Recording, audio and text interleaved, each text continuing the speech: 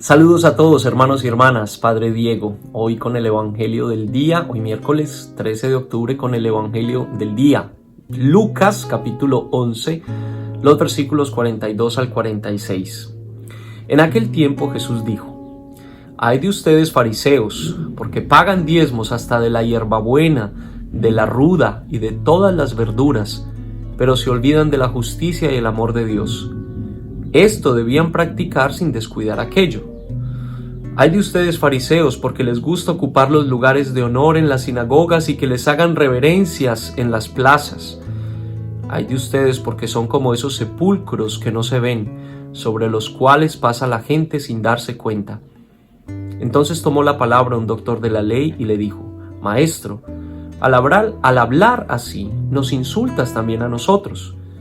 Entonces Jesús le respondió: Ay de ustedes también, doctores de la ley, porque abruman a la gente con cargas insoportables, pero ustedes no las tocan ni con la punta del dedo. Y el conflicto entre los fariseos y Jesús sigue y se va poniendo terrible. Ay de ustedes, los ayes de Jesús a los escribas y a los fariseos. Esta sección en el capítulo 11 del Evangelio de Lucas y algunos versículos también del capítulo 12. Parte de la misión de Jesús al proclamar la buena noticia de la salvación es también como descubrir, quitar el velo de ciertas ideas o ciertas prácticas de una falsa religión.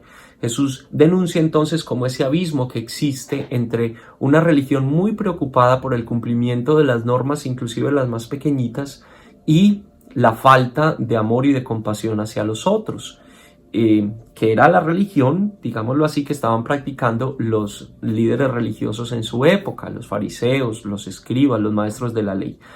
Jesús entiende la importancia de la ley, claro que sí, es importante, las prescripciones de la ley.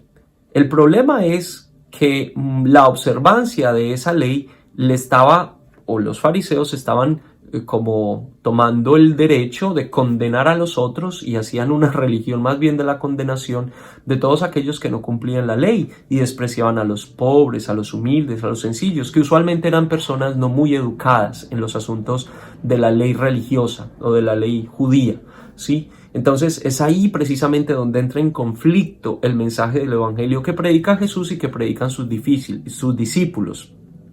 El conflicto precisamente entre esta sociedad casi perfecta que querían construir los líderes religiosos, altamente jerárquica, de poder y de prestigio, que despreciaba entonces, como les decía, a otras personas, a los pecadores, a los marginalizados, a los que no entendían de la ley, etcétera, etcétera.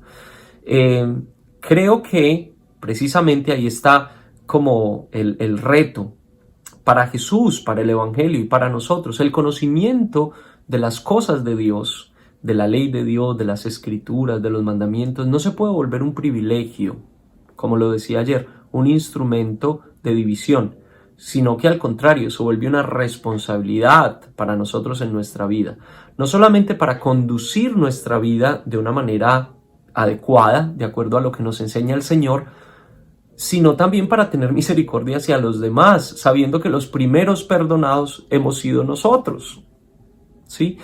El Evangelio entonces aquí creo que le ofrece un reto, que presenta un reto no solamente a los líderes religiosos, a los sacerdotes, obispos, a las monjas, qué sé yo, a los consagrados, sino a todos los que estén comprometidos con la transmisión de la fe de muchas maneras.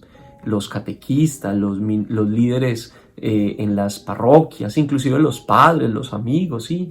Y cada vez que nosotros aconsejamos a alguien, le damos, lo invitamos a creer, etcétera, etcétera, porque es muy fácil decirle a los otros: haga esto, no haga aquello, ponerles cargas pesadas encima, ¿sí? Condenarlos inclusive por sus errores, por sus equivocaciones en la vida, qué sé yo. Pero ¿estamos dispuestos nosotros a llevar esa carga? ¿Estamos dispuestos nosotros a, como le dice Jesús a los escribas, a los maestros de la ley, a poner un dedito, aunque sea, para ayudar a levantar esa carga que ponemos sobre los demás? Vamos a leer nuevamente este Evangelio.